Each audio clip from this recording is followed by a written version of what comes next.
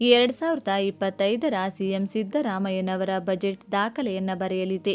ಹೌದು, ಈ ರಾಜ್ಯ ಬಜೆಟ್ನಲ್ಲಿ ರೈತರಿಗೆ, ಮಹಿಳೆಯರಿಗೆ ಹಾಗೂ ಶಾಲಾ ಕಾಲೇಜು ವಿದ್ಯಾರ್ಥಿಗಳಿಗೆ ಸೇರಿದಂತೆ ಕೂಲಿ ಕೆಲಸ ಮಾಡುತ್ತಿರುವ ಕಾರ್ಮಿಕರಿಗೆ, ರಾಜ್ಯ ಸಾರಿಗೆ ನೌಕರರಿಗೆ ಮತ್ತು ಸರ್ಕಾರಿ ನೌಕರರಿಗೆ ಸೇರಿದಂತೆ ಬೀದಿ ಬದಿ ವ್ಯಾಪಾರಸ್ಥರಿಗೆ ಹಾಗೂ ಎಲ್ಲ ಉದ್ದಿಮೆದಾರರಿಗೆ ಈ ಬಜೆಟ್ನಲ್ಲಿ ಬಹಳ ದೊಡ್ಡ ಘೋಷಣೆಗಳಾಗಲಿದ್ದು, ರಾಜ್ಯ ವಿಧಾನಮಂಡಲದ ಜಂಟಿ ಅಧಿವೇಶನ ಮಾರ್ಚ್ 10ರಿಂದ ಆರಂಭವಾಗುತ್ತಿದ್ದು, ಮಾರ್ಚ್ 14ರಂದು ಮುಖ್ಯಮಂತ್ರಿ ಸಿದ್ದರಾಮಯ್ಯನವರು ತಮ್ಮ ದಾಖಲೆಯ 16ನೇ ಬಜೆಟ್ ಅನ್ನು ಮಂಡನೆ ಮಾಡುತ್ತಿದ್ದಾರೆ.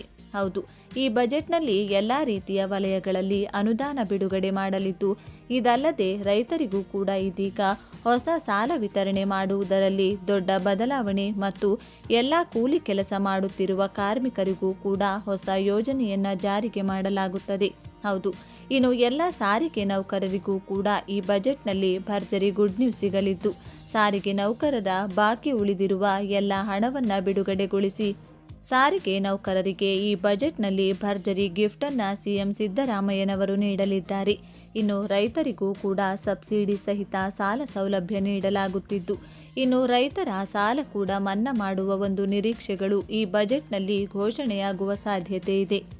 ಇದಲ್ಲದೆ ಅಂಗನವಾಡಿ ಕಾರ್ಯಕರ್ತೆಯರು, ಆಶಾ ಕಾರ್ಯಕರ್ತರಿಗೂ ಕೂಡ ಈ ಬಜೆಟ್ನಲ್ಲಿ ದೊಡ್ಡ ಕೊಡುಗೆಗಳು ಸಿಗಲಿದೆ ಎಂದು ಆಂತರಿಕ ಮಾಹಿತಿ ಲಭ್ಯವಾಗುತ್ತಿದ್ದು, ಇನ್ನು ನರೇಗಾ ಕೂಲಿ ಕಾರ್ಮಿಕರ ಒಂದು ದಿನದ ಕೂಲಿ ವೆಚ್ಚದಲ್ಲಿಯೂ ಕೂಡ ಬದಲಾವಣೆಯಾಗುವ ಸಾಧ್ಯತೆ ಇದೆ.